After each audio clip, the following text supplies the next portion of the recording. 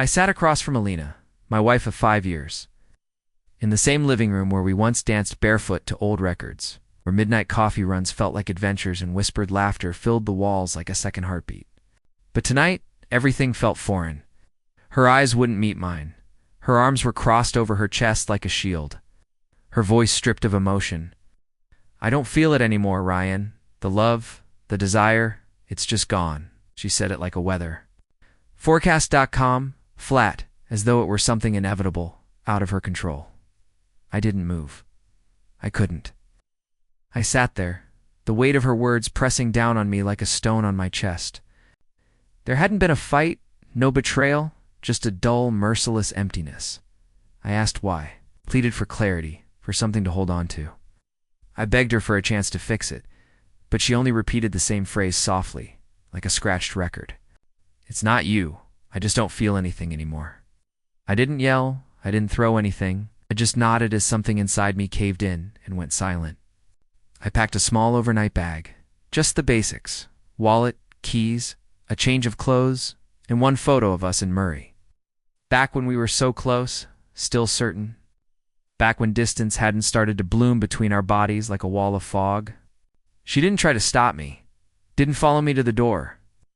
The silence between us, once soft and sad, had turned to something solid, something calcified.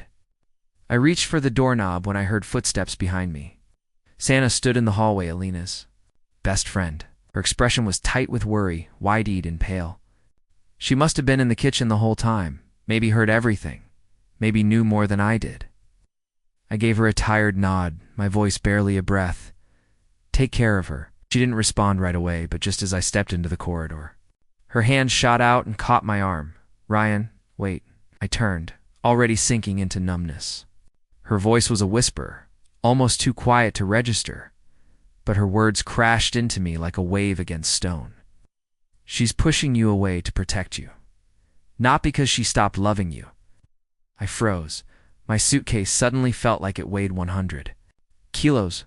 "What are you talking about?" I asked, my voice cracking. Santa looked over her shoulder as if afraid someone else might hear. Then she spoke.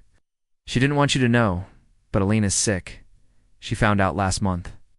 Some kind of degenerative, neurological disorder. It's progressing fast.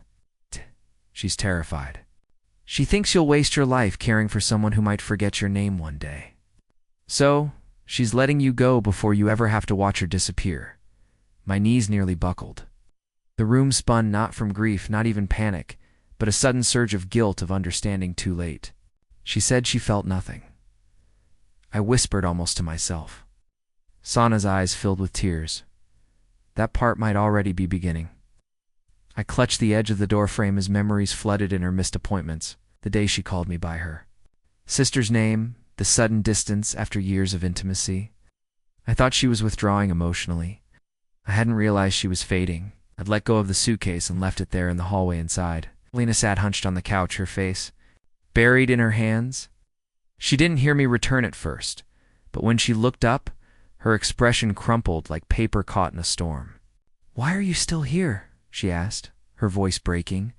I knelt beside her, took her shaking hands into mine. "'Cause I know now. And if you're falling, I'm falling with you every day. Until your last memory is of my hand and yours, I'll wish."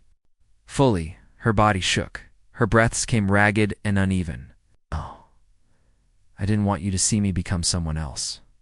She sobbed. I held her tighter. "Then let me love who you are today and again tomorrow. No matter what changes that night." We didn't talk about doctors or decisions. We didn't try to map the future. We just held each other, cried quietly, and let the silence speak. It was the most honest we've been in months, Dot. It's been 8 months since that night. Some days are light. Lena's laughter still drifts through the kitchen, and we find joy in small, beautiful things. Other days are harder. She forgets where she is. She wakes up scared that she never faces it alone.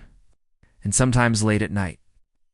I wonder what would have happened if Sana hadn't reached out at that exact moment. If she hadn't whispered those words, Dot. It didn't just stop me from walking out. Dot, it redefined everything. I thought I knew about love.